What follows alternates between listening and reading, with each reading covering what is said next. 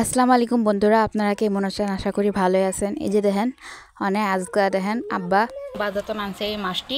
এই মাছের সঙ্গে আজকে একটা নতুন বস্তু আনছে আব্বা।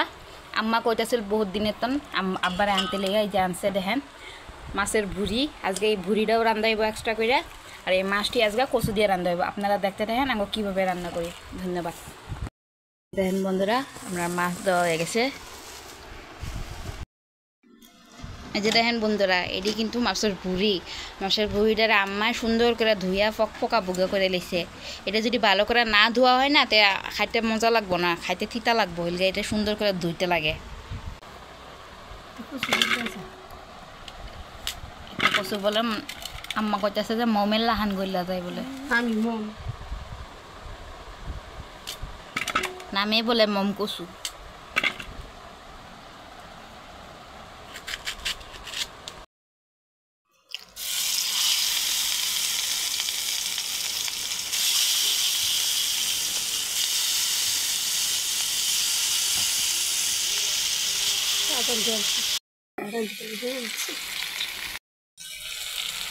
একসাথে দুইটা কাম, এদিকে মাছও ভাজিয়ে লেতেছে, এদিকে তরকারি লিগা পেঁয়াজও ভাজিয়ে লেতেছে।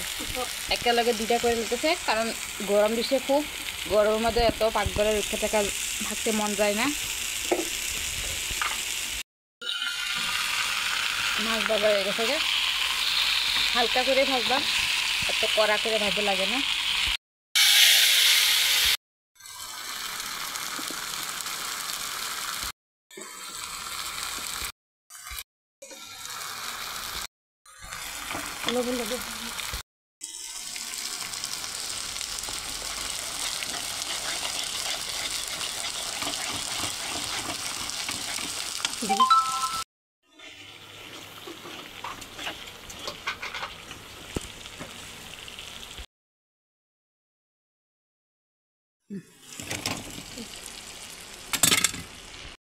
খুললে গেছে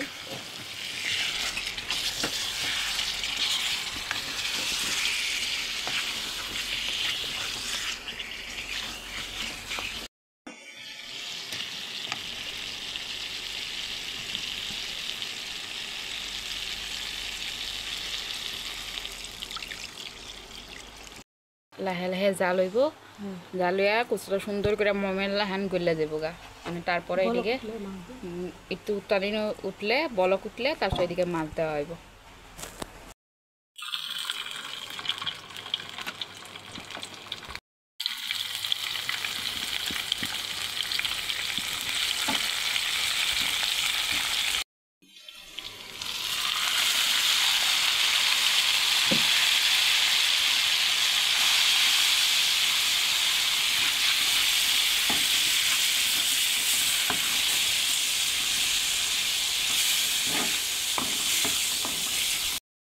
এই যে দেখেন বন্ধুরা, আমরা মাছের ভুড়ি এইভাবে বানাই। আপনারা কীভাবে বানান আমরা একটু জানাইবেন কমেন্ট করে। আর আপনারা কোন কোন জায়গাতে দেখতেছেন আমরা একটু কমেন্ট করে করবেন। আমরা কমেন্টগুলি দেখে পড়ে আমার কিন্তু খুব ভালো লাগে। যে দেখেন বন্ধুরা, আমরা সালনটা বলক তুলে গেছে, এই যে মাছ দিয়ে দিতেছি। কি সুন্দর রঙ হয়েছে দেখেন।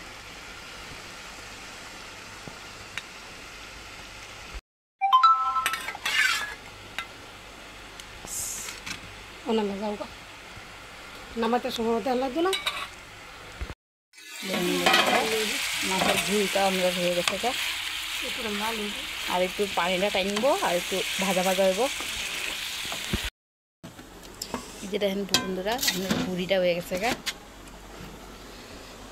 আমরা এইভাবে রাঁধছি, কি সুন্দর রং হয়েছে দেখেন। এই যে দেখেন এই তরকারি হয়ে গেছে গা। শেষ করব, এদিকে আজকে ভিডিওটা আমরা শেষ করলাম।